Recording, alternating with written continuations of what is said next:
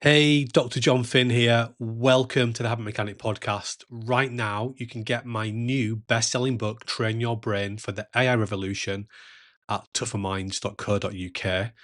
The digital book, audiobook, and physical book are all available at a special price that you won't find anywhere else. Hello, Habit Mechanics. It's Dr. Jon Finn here. I hope you're having a fantastic week so far. Welcome to a shorter episode of the Habit Mechanic podcast. Remember, you can listen to live episodes of the Habit Mechanic podcast inside the Habit Mechanic University app, where you can ask us questions live and we will answer you during the live streamed podcast. Inside the app, you can also access your Habit Mechanic Toolkit. You can also watch our live masterclasses and join our live Change Challenge coaching sessions. You can download the app for free. I know resilience scientists, brain scientists have been studying it since the 60s.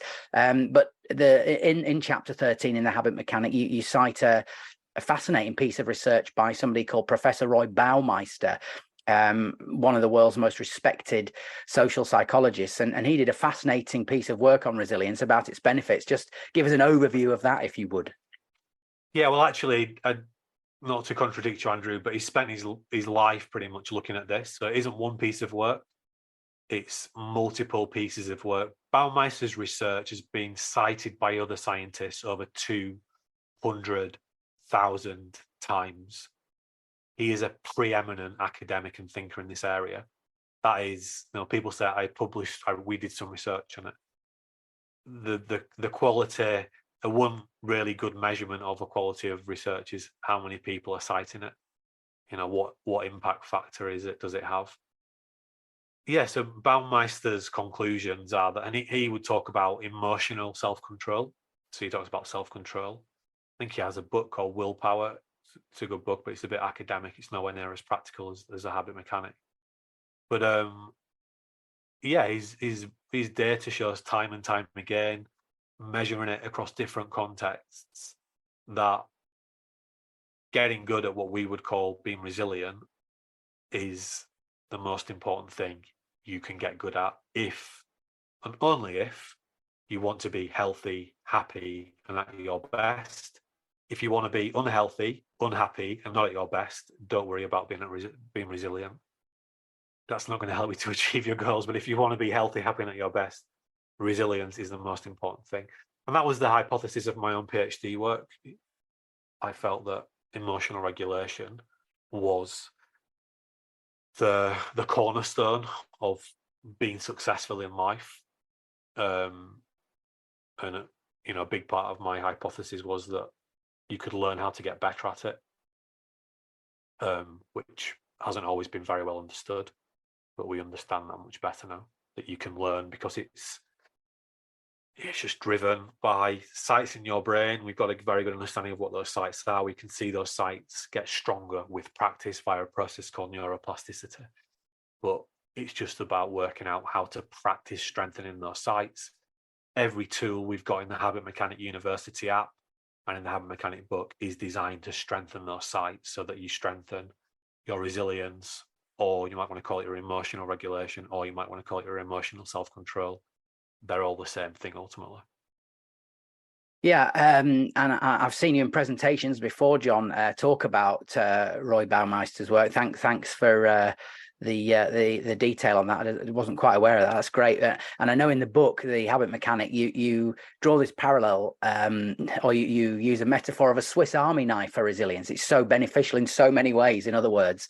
And in presentations, I've seen you cite this sort of list of fantastic benefits in anyone's life. Anyone would recognize them as beneficial. It's perhaps useful for people just to cite some of those. One of them is succeeding in education, for instance, but there's plenty more. Yeah, and Baumeister, just looking at my notes, so he's actually had 650 publications, peer-reviewed publications, and he's written over 40 books. This is not someone who's had an idea and this is a life's work of an academic whose job is to dig deeper into this. My job is to make it easier for people to do it. But yeah, Baumeister would cite that being resilient underpins and drives, and you're far more likely to get outcomes like succeeding in education, experiencing better mental, physical health, feeling happier, achieving enhanced creativity, being more popular with others, enjoying stronger marriages, relationships, being more trusted, having fewer drinking problems and addictions, less likely to commit crime, you're less likely to be abusive, you're more likely to live longer, more likely to enjoy a long, successful life. Yeah, not bad, really, is it? Not bad, and that is what we are helping people to do with the habit mechanic approach. So when you become a habit mechanic, there are all the outcomes you get, and that's why I'm saying we need to teach this to every young person, but not just to every young person. We live in a period of history where it's more challenging than ever before.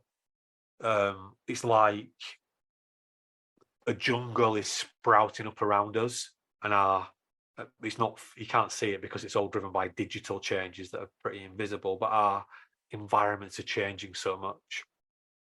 So we all need more than ever to understand how to be resilient. And the habit mechanic approach is the Swiss Army knife for empowering everybody to do that, whether you're a child all the way through to running some of the biggest the biggest company in the world. You're a sports coach, whoever you are. These are the ultimate foundational life skills, yet nobody ever teaches them to us. Yeah, well, of course, people can use the Habit Mechanic University app for this, and let's hope that they do. As Chapter 13 comes to a close, Jon, in the Habit Mechanic, you say that willpower. You remind us, willpower, although it has this potentially hugely beneficial effect, is a limited resource for us all. And I suppose I want to ask, why is it important to recognize that, and what can we do about it? Yeah, so this is an important part of Baumeister's work, is that willpower is limited. Willpower, our ability to resist, is a physical phenomenon. It's driven by glucose, so energy. So when you're tired, it's easier to give into temptation, whether that's staying up too late, eating the wrong food. We know that alcohol wipes out our willpower. It depletes our PFC function, right? So some of my rugby friends would talk about the 3-pint rule, so once you have 3 pints, and all your sensibilities seem to disappear. Certainly those judgments about having another alcoholic drink. So it's a limited resource. There has been some scientists that say willpower doesn't work, etc., because that's what people are looking for. New headlines. It seems in the world we live in, something has to be an absolute cure-all for everything, or it's useless. Well, there is a middle ground, and willpower sits in that middle ground. It's the conduit for making positive change in our lives, but it's a limited resource. So we've got to use the willpower to do our intelligent self-watching, and then what we need to use it for is to create what I would call habit building plans, which we show you how to create in the app, in the Habit Mechanic book. And those habit building plans are actually harnessing the secret behavioral science that is running everything that we're thinking and doing. So we use our willpower to activate behavioral science factors that guide our behavior, guide our thinking and doing in a more automatic way, so that we don't have to rely on our willpower to keep resisting a temptation.